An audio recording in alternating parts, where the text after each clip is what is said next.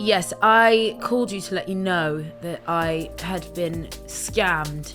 I don't even like saying it. Actually, I was doubly scammed. And this is more of a, what's that show called where they would like Watchdog? Yeah, Watchdog. This is our Watchdog section of the show. Actually, I actually watched when I was doing Gogglebox last series with Mum. We had to watch this show that was called like Scam Police. These people like go out in vans and like send them out. They're like, okay, it's Doris, number 98. Whatever road, and then they go and they're like, not, are you on the phone? You're on the phone to a scammer, Doris. And then they get on the phone to the scammer, and then, wow. And the scammers get very angry. I'm sure. And I remember thinking, God, what? Like keeping this old lady on the phone. I am not an old lady, but I was completely duped. And the reason is because they sent something that was a scam to me and then called me a few days later to tell me they were there to help me. And that's what makes me feel so, the whole thing so oh my God, up. so horrible. Can you tell me a little bit more about it? Right, what was the initial scam? A text? This is for everyone, okay? A Royal Mail something, I can't remember if it's text or email, saying you need to reschedule your delivery and can you pay £2? And I was like, why am I paying to reschedule a delivery? But I just paid it. From then on, they have your information. Then they give you a few days. And then the same people who sent that call you and say, I'm from your bank and have you had this dodgy thing come through? And I was like, yes, I have. Now, I was actually in not a meeting, but I was having a work day at home with two other people in the house, in my sitting room. And this guy was on speakerphone. None of us thought it was dodgy. Although now I'm like, oh my God, he didn't take me through security. Oh my God, he didn't.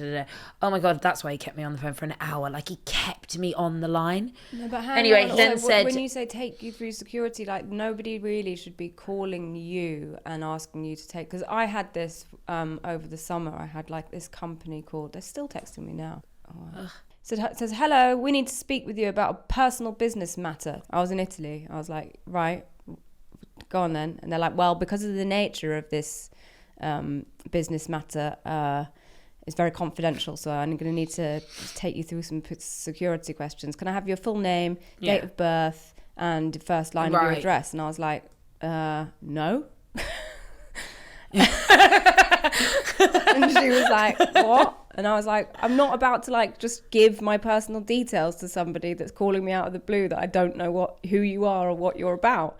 And she was like, oh, okay, well, okay, thank you, Miss Allen. We will send you a letter in the post. And then, of course, they don't send you a letter in the post because they don't have your address.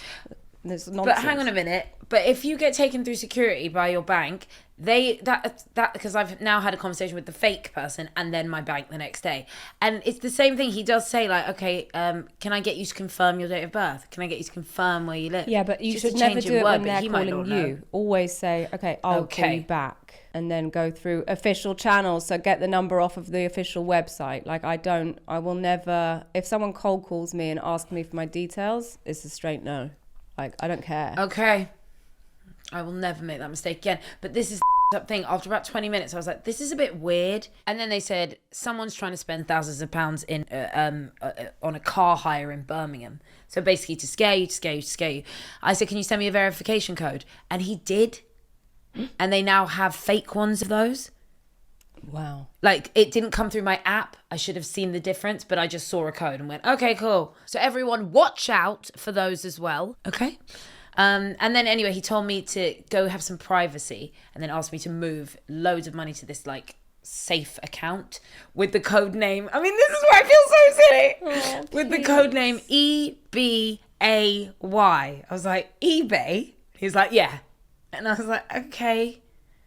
But because the space was in my bank and on my app, I thought it was safe. Anyway, they took loads of my money and my bank have said they're going to do everything they can to get it back. But that's not a guarantee that I'll get it back. You don't want to disclose how much money it was, do you? Because I spoke to him in my bedroom because he asked me to go and have privacy. I now feel like really like violated because he was lying. This person, this stranger was lying to me in my home, as it were. Like, I don't know. Oh, I'm so sorry. But I don't want to give them too much airtime. I think that's enough of those dirty scammers. But yes, I think the government are putting things in place because it's just rife at the moment. And older people, vulnerable people with a lot less money than me, who are just completely when something like this happens. It happens all the time to them. That's who they prey on. And I think we should just all be more aware and tell each other what we can to keep each other safe. I'm not even joking. Serious thing.